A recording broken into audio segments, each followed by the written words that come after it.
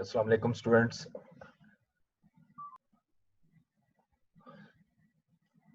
आप question read करें, इससे पहले बाकी स्टूडेंट भी आ जाएं। 2 मिनट दे रहा हूं, आप ये सर क्वेश्चन तो सामने इसको रीड कर लें। 37 ये आज रिवैल्यूएशन हम शुरू करेंगे।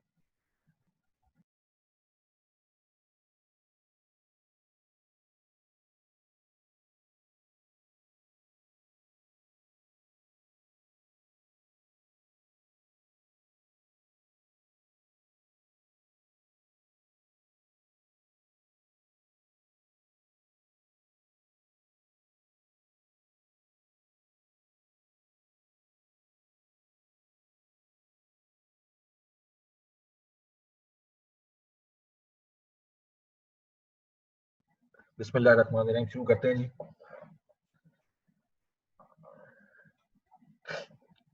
Gladiator limited,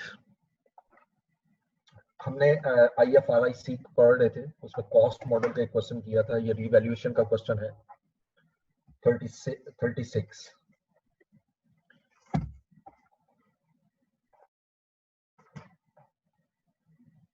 Example 37, sorry. Example 37. Okay.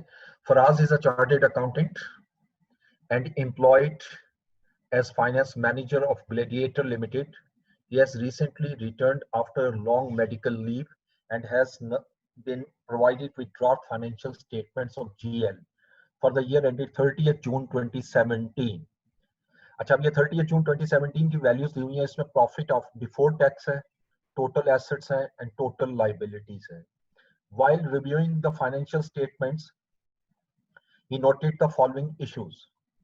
As at 30th June 2017, dismantling cost relating to plant has increased from initial estimate of rupees 30 million to 40 million. यानी पहले एस्टिमेट 30 मिलियन का था डिसमेंटलिंग कॉस्ट का, और 30 जून 2017 को ये चेंज होकर 40 मिलियन हो गया, इंक्रीज होकर। Further, fair value of plant on that date was assessed at 120 million net of dismantling cost. यानी इसका मतलब ये है कि ये फेयर वैल्यू मार्केट वैल्यू है और इसके अंदर डिसमेंटलिंग कॉस्ट नहीं है। तो जब हम रीवैल्यूएशन अप्लाई करते हैं डिसमेंटलिंग के केस में, तो हमें डिसमेंटलिंग कॉस्ट भी फेयर वैल्यू में ऐड करनी होती है। तो हमें ये कैलकुलेट करके ऐड करनी होगी फेयर वैल्यू जब मैं रीवैल्यूएशन अप्लाई करूंगा। No accounting entries have been made in respect of increase in dismantling liability and revaluation of plant. यानी revaluation की भी एंट्रीज पास नहीं हुई और dismantling liability की भी एंट्रीज पास नहीं हुई। Further information हमें दे रहा है, the plant had a useful life of 5 years when it was purchased on 1st July 2015. अब ये माइंड में रखिएगा कि ये 2 years गुजर चुके हैं इसको। The carrying amount of plant and related revaluation surplus included in the financial statement are 135.5 million rupees after depreciation for the year ended 30th June 2017. यानी 30th June 2017 की depreciation record हो चुकी है, मुझे रिकॉर्ड नहीं करनी। and rupees 3.5 million after transferring incremental depreciation for the year ended 30th June 2017. और जो incremental depreciation है revaluation surplus से, वो भी ट्रांसफर हो चुकी है retained earning को, और उसके बाद बैलेंस 3.15 मिलियन है। Determine the revised amount of profit before tax, total assets and total liabilities after incorporating the impact of above adjustments if any. Okay. अब ये 3 चीजें दी हुई है, इस पे वो इम्पैक्ट पूछ रहा है कि इस पर क्या इम्पैक्ट आएगा जब हम ये एडजस्टमेंट करेंगे। तो प्रॉफिट पे क्या इम्पैक्ट आएगा, लाइबिलिटीज पे और एसेट्स पे क्या इम्पैक्ट आएगा। ओके, अब मैं आपके साथ स्लाइड शेयर करता हूं।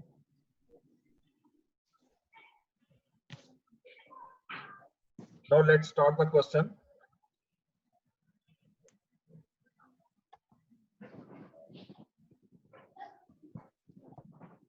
Example number 38. अपने ऑडियो ऑफ करें स्टूडेंट्स, अपने ऑडियो ऑफ करें। हमाद, अपना ऑडियो ऑफ करें प्लीज, थैंक यू जी। तो 38 में मुझे 3 चीजें चाहिए। क्वेश्चन आपने सामने रखिएगा, एग्जाम्पल साथ साथ हमें देखनी होगी जी। 38 में हमें तीन चीजों पे वो पूछ रहा है क्या इफेक्ट आएगा, तो सबसे पहले हम वो बना लेते हैं net profit.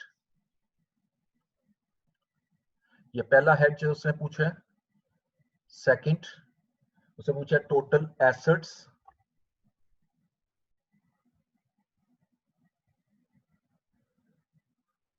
total assets, and third total liabilities.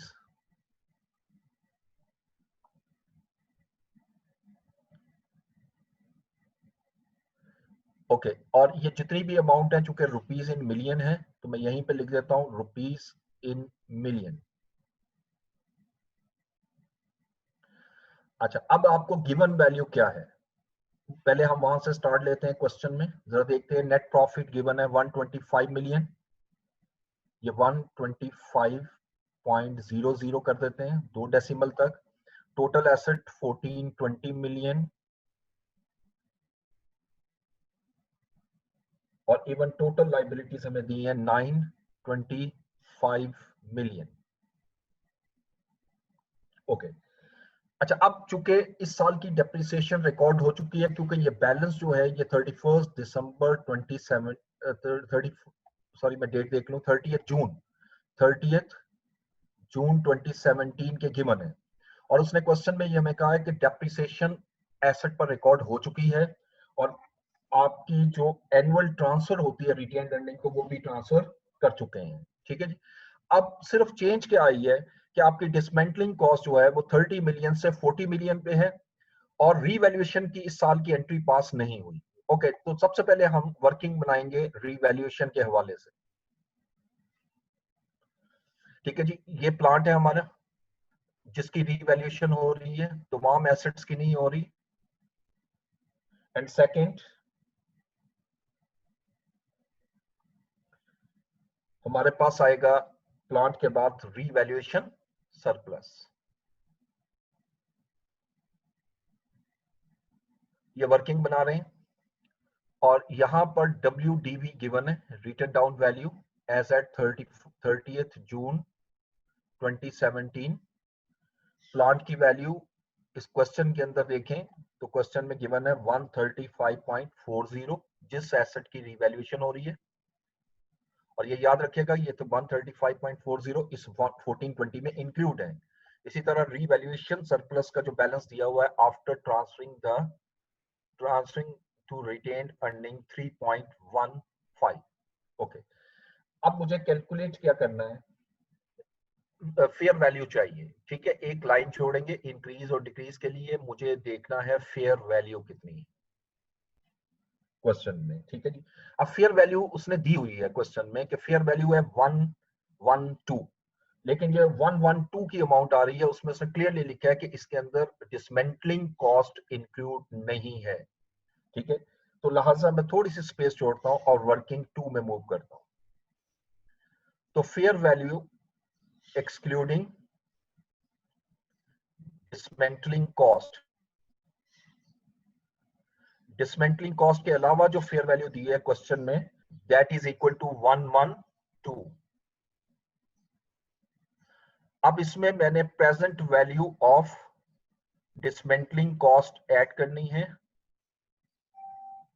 अच्छा अब डिसमेंटलिंग कॉस्ट अब आप कौन सी लोगे, ओल्ड या न्यू? ऑब्वियसली अब हम न्यू डिसमेंटलिंग कॉस्ट लेंगे क्योंकि जो इस स्टेट की है वो 40 मिलियन है क्वेश्चन में।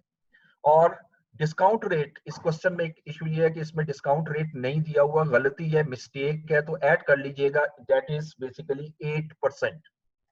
ये मैंने सोल्यूशन से निकाला है क्योंकि इसने क्वेश्चन में लिखना भूल गया है। तो 8% पे प्रेजेंट वैल्यू निकालोगे 1.08।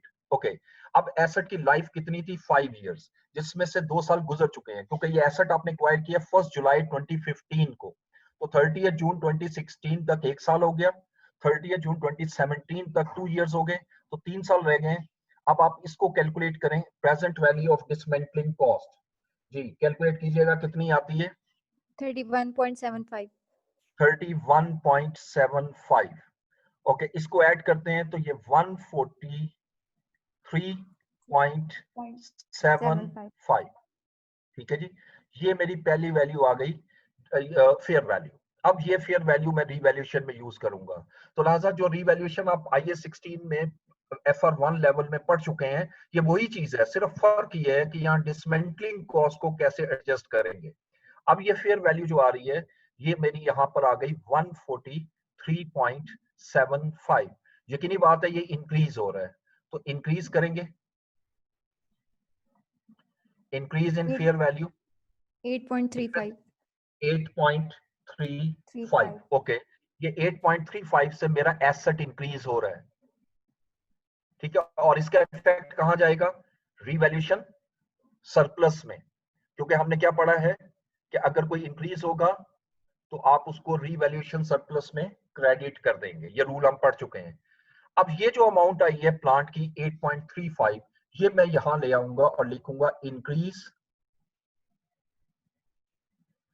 Due to revaluation.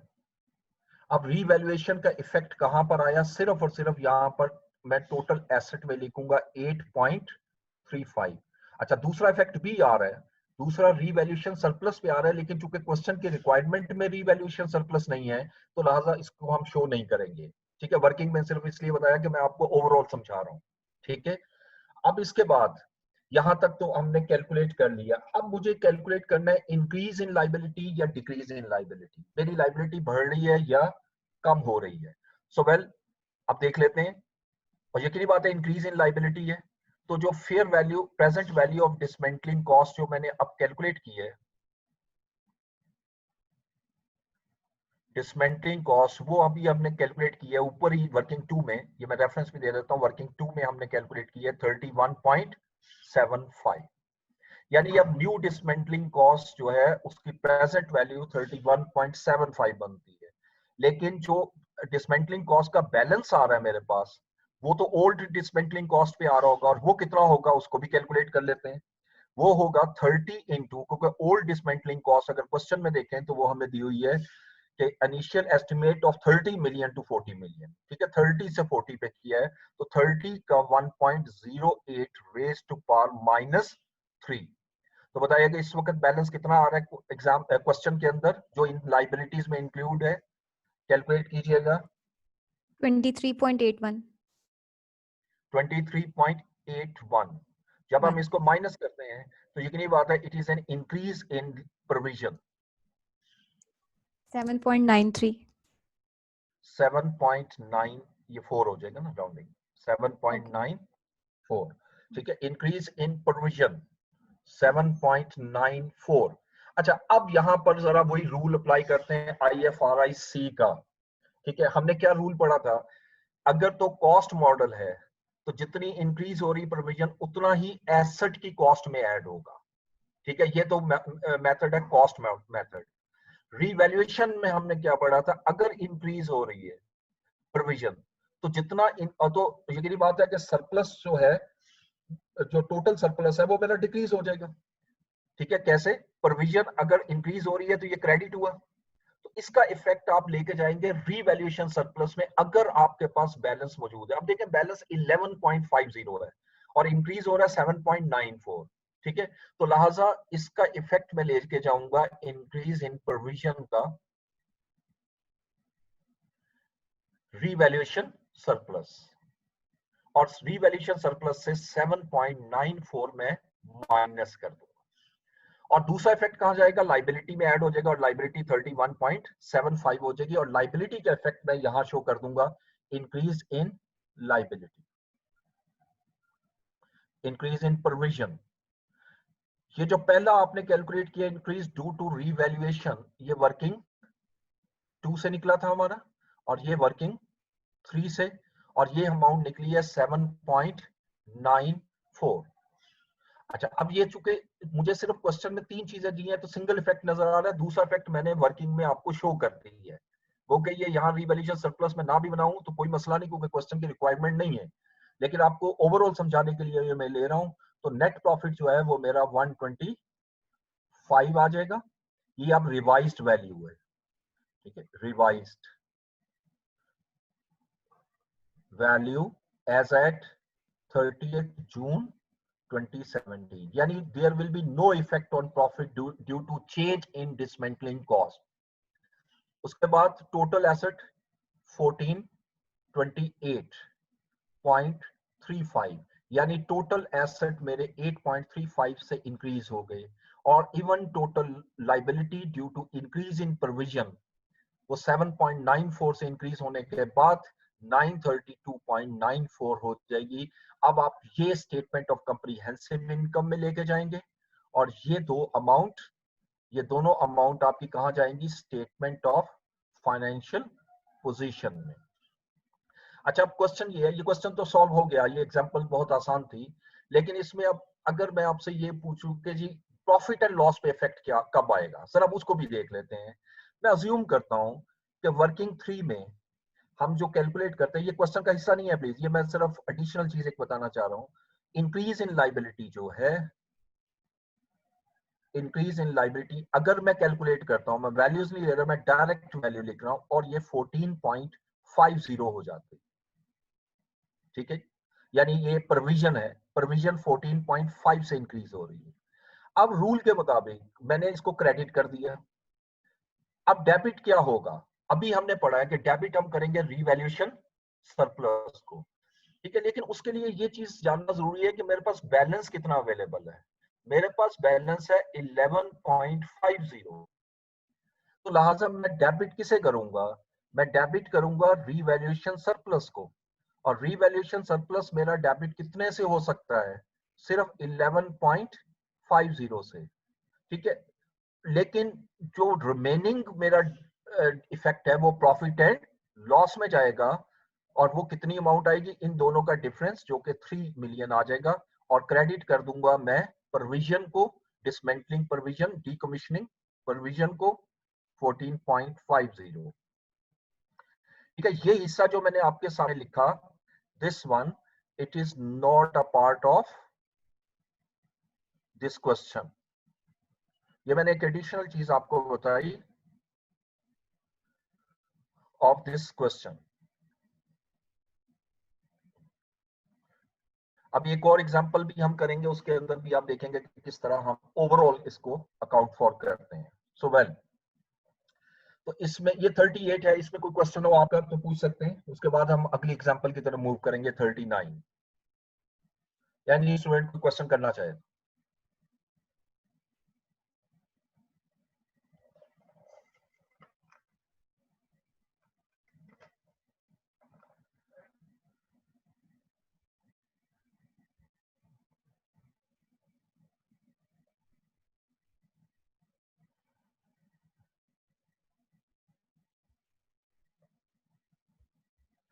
ओके जी, अब नेक्स्ट एग्जांपल में मूव करते हैं। ये सॉरी, ये 37 थी, ये एग्जांपल 37 थी, इसको मैं करेक्ट कर देता हूँ। अब हम करेंगे 38, ठीक है, ये एग्जांपल नंबर 37 थी। अब एग्जांपल 38, जैसे कल एक स्टूडेंट ने क्वेश्चन किया था, अगर आपकी ये जो चेंज हो रही है ये मिड ऑफ द ईयर हो तो हम कैसे हैंडल करेंगे, ठीक है, तो वो एग्जांपल 38 में आएगी। तो मैं इसको क्लोज कर रहा हूँ और न्यू आपके साथ शेयर करता हूँ।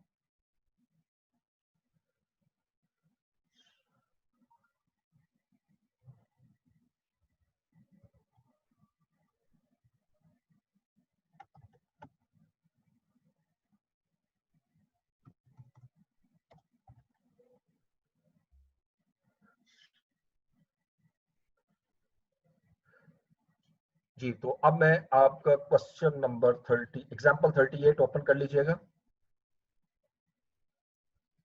एग्जांपल नंबर 38 मैं इसको शेयर कर रहा हूं आपके साथ, इसको पहले रीड करते हैं।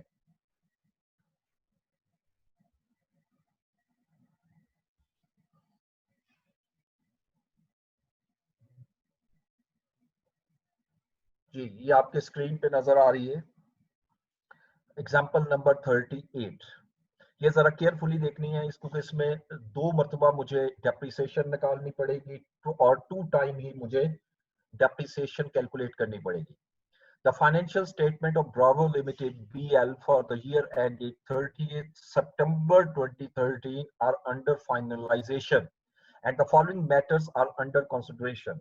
30th September 2013 हमारा year है, तो इसका मतलब 1st October 2012 से start हो रहा है। Bees plant was commissioned and become operational on 1st April 2008.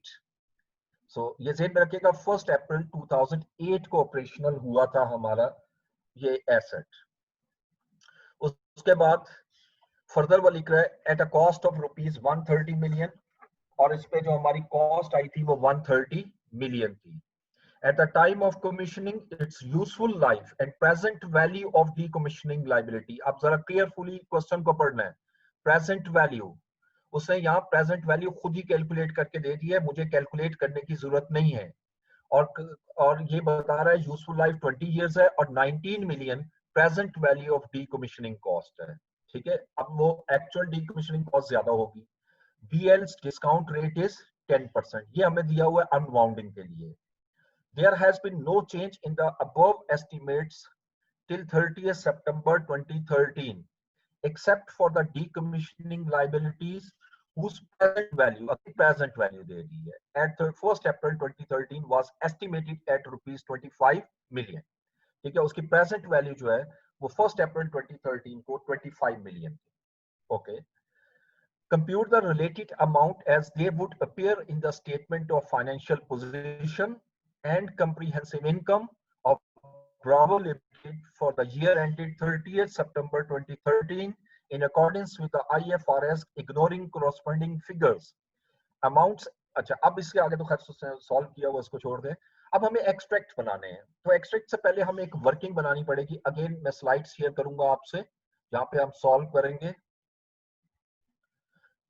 तो क्वेश्चन को सामने रखना है आपने ताकि इजीली आप सॉल्व कर सके। अच्छा, अब इसमें चूंकि मैंने 30 सितंबर 2013 निकालना है, जो कि मेरे लिए पॉसिबल नहीं है जब तक कि मैं स्टार्ट से ना लूं, तो इसलिए हम स्टार्ट से इसकी कैलकुलेशन स्टार्ट करते हैं। So let's start. एक्सट्रैक्ट के लिए हम स्पेस छोड़ते हैं, यहां से हम वर्किंग बनाएंगे, यहां से वर्किंग बनाएंगे, वर्किंग नंबर 1। ओके जी, अब ये एसेट हमने कब खरीदा था? 1 अप्रैल 2008 को। ये 1 अप्रैल 2008 को हमारा जो एसेट था उसकी जो कॉस्ट है एक्सक्लूडिंग डिसमेंटलिंग कॉस्ट, ये मैं पूरी एक एक लाइन शो कर रहा हूं।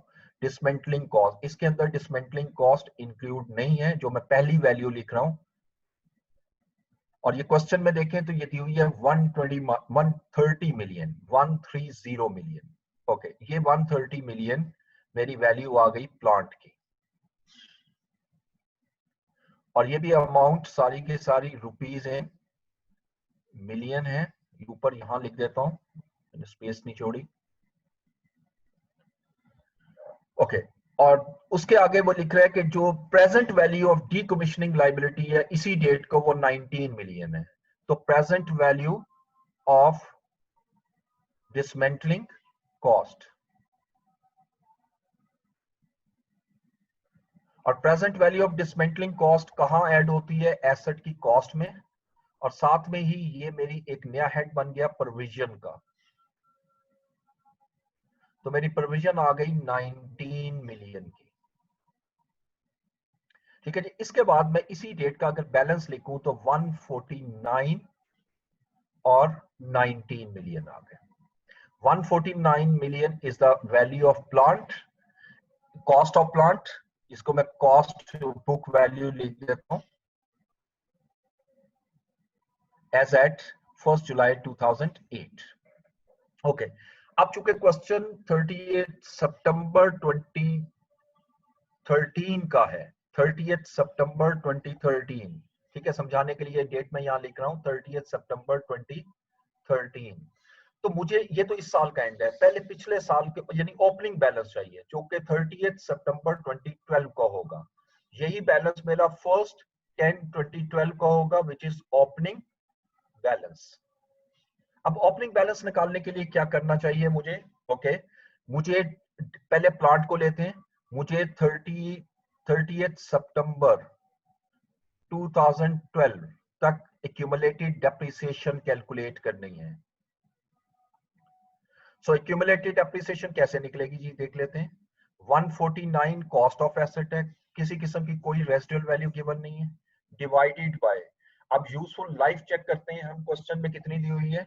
क्वेश्चन में दी हुई है useful life is estimated at 20 years, तो 20 पे डिवाइड करूंगा तो ये 1 साल की डेप्रिसिएशन आ गई।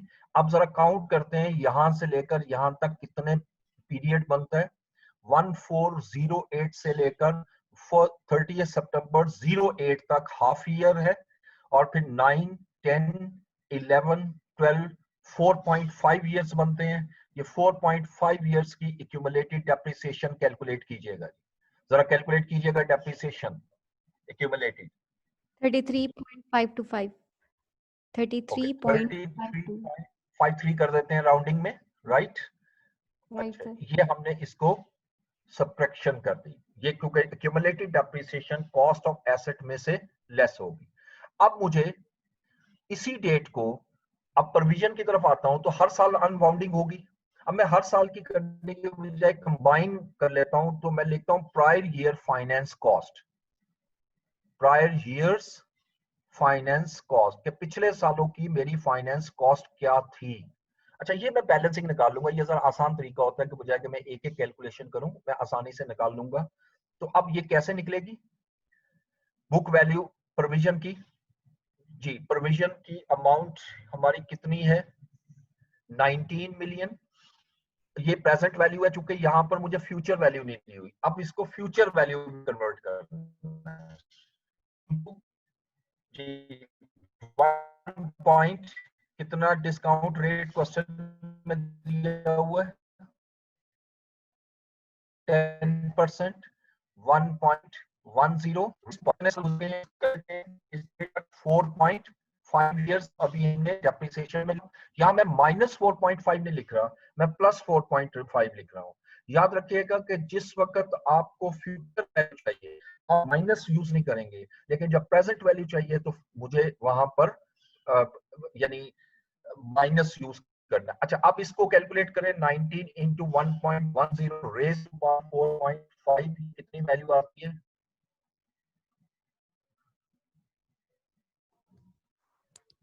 29.17. 29.17। ओके, अब इट मींस कि आपकी लाइबिलिटी जो थी प्रोविजन, वो 1 अप्रैल 2008 को 19 मिलियन थी, और 30 सितंबर 2012 को इंक्रीज होकर 29.17 हो गई। यानी इसका जो डिफरेंस आ रहा है 10.17, ये 4.5 इयर्स की फाइनेंस कॉस्ट है। ठीक है, ये आसान तरीका होता है कि बजाय मैं हर साल की फाइनेंस कॉस्ट निकालूं, तो अगर इस तरह डाटा दिया हो जिसमें गैप हो, तो हम इस तरीके से कैलकुलेट कर लेते हैं। और इसी तरह हम WDV भी साथ निकाल लेते हैं प्लांट की, और प्लांट की WDV क्या है, इसको लेस करें, 115.47. 115.47, ये WDV आ गई हमारी। ठीक है जी, ये अब हम आगे साल के शुरू में। अच्छा, अब क्वेश्चन में जरा एक दफा फिर आइएगा, वो लिख रहा है कि there has been no change in the above estimate till 30 September 2013 except for the decommissioning liabilities whose present value as at 1st April 2013 was estimated at 25 million। यानी अब प्रेजेंट वैल्यू जो हमें दी हुई है वो 1 अप्रैल 2013 की है। इसका मतलब है कि मुझे दरमियान में चूंकि ईयर के बिल्कुल सेंटर में आ रहा है, तो 1/4/13 की कैलकुलेशन करनी पड़ेगी।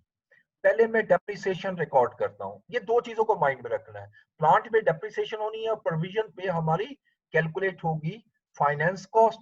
तो लिहाजा जब मैं डेप्रिसिएशन निकालता हूं, कैलकुलेट करता हूं, तो डेप्रिसिएशन अब मुझे 6 मंथ की निकालनी है। वो कैसे निकलेगी, 149 एसेट की कॉस्ट थी, डिवाइडेड बाय 20 ईयर, ये 1 साल की डेप्रिसिएशन आ गई, और मल्टीप्लाई 6/12। चूंकि मुझे 6 मंथ की सिर्फ डेप्रिसिएशन निकालनी है, सो कैलकुलेट द डेप्रिसिएशन। 3.725. ओके, 3.725, तो इसको भी 73 कर देते हैं हम, ये कैलकुलेट हुई। अच्छा, अब मुझे फाइनेंस कॉस्ट निकालनी है इसी डेट की, और ये इसको चूंकि इस क्वेश्चन में फ्यूचर वैल्यू नहीं दी हुई, जब ना दी हो तो आपको आसान तरीका ये होता है जैसे मैंने अभी पहले कैलकुलेट की। ठीक है, तो ये अब मैं कैसे कैलकुलेट करूंगा, 19, ठीक है, 19 इंटू 1.10 रेज टू पावर। अब देखिए पहले मैंने 4.5 लिए थे, अब हाफ ईयर और गुजर चुका है, अब कितने ईयर हो गए, 5 ईयर्स। तो अब WDV जरा निकालिएगा, प्रोविजन की WDV कितनी आती है? 30.59. 19.5। 30.59. Okay fine, 30.59। तो अब 30.59 और 29.17 का जो डिफरेंस आ रहा है, जो कितना बनेगा? 1.429. 1.42। 1.42, चूंकि 2 डेसिमल है तो इसके मुताबिक 42 बन रहा है, ठीक है। तो 1.42 मेरी फाइनेंस कॉस्ट रिकॉर्ड होगी। अब प्लांट की भी वैल्यू कैलकुलेट कीजिएगा, WDV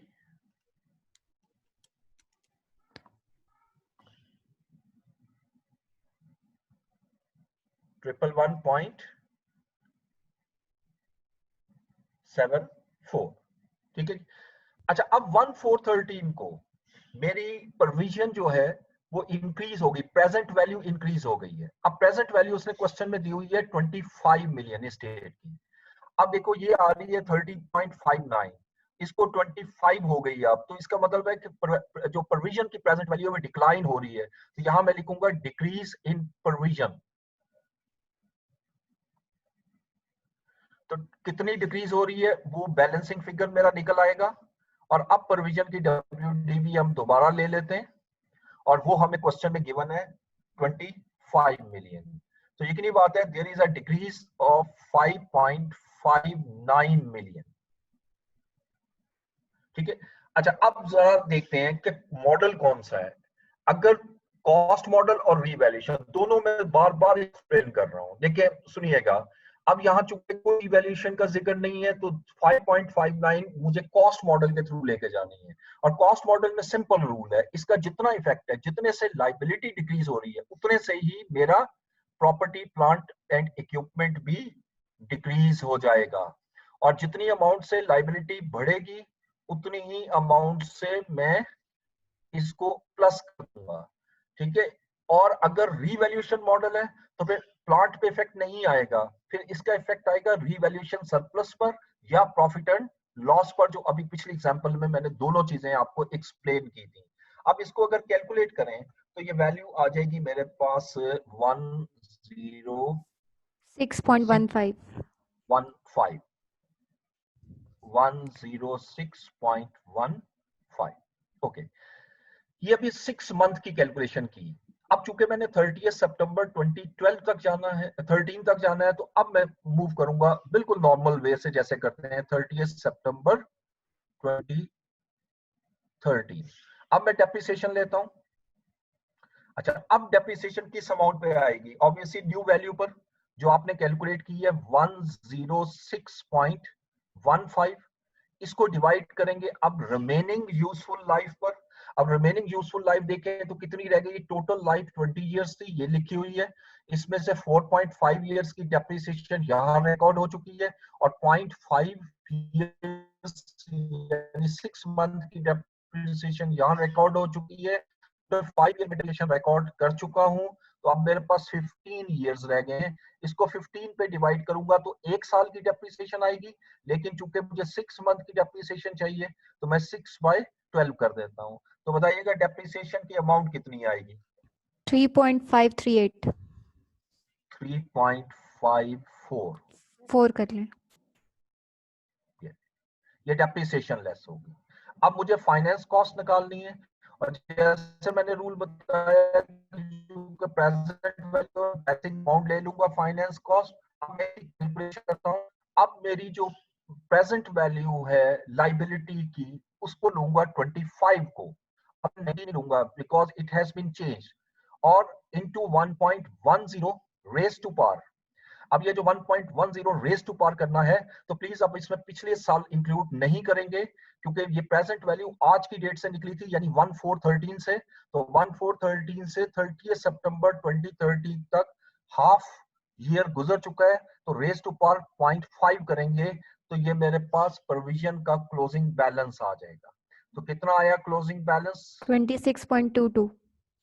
26.22। अब 26.22 में से 25 लेस कर दें तो ये मेरी फाइनेंस कॉस्ट आ गई 1.22, और मेरे एसेट की वैल्यू आ रही है 102.22। 59, 61. ओके 61, 61, ठीक है जी। ये मेरे एसेट की वैल्यू आ गई। ये तो अभी मैंने आपके सामने सारी वर्किंग की। अब जरा क्वेश्चन में आते हैं, एक्सट्रैक्ट बनाते हैं। Extract from statement of comprehensive income, और ये कौन सा पीरियड का है? For the year ended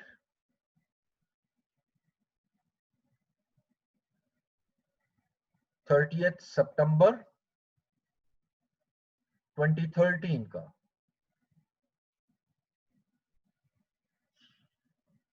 rupees in million,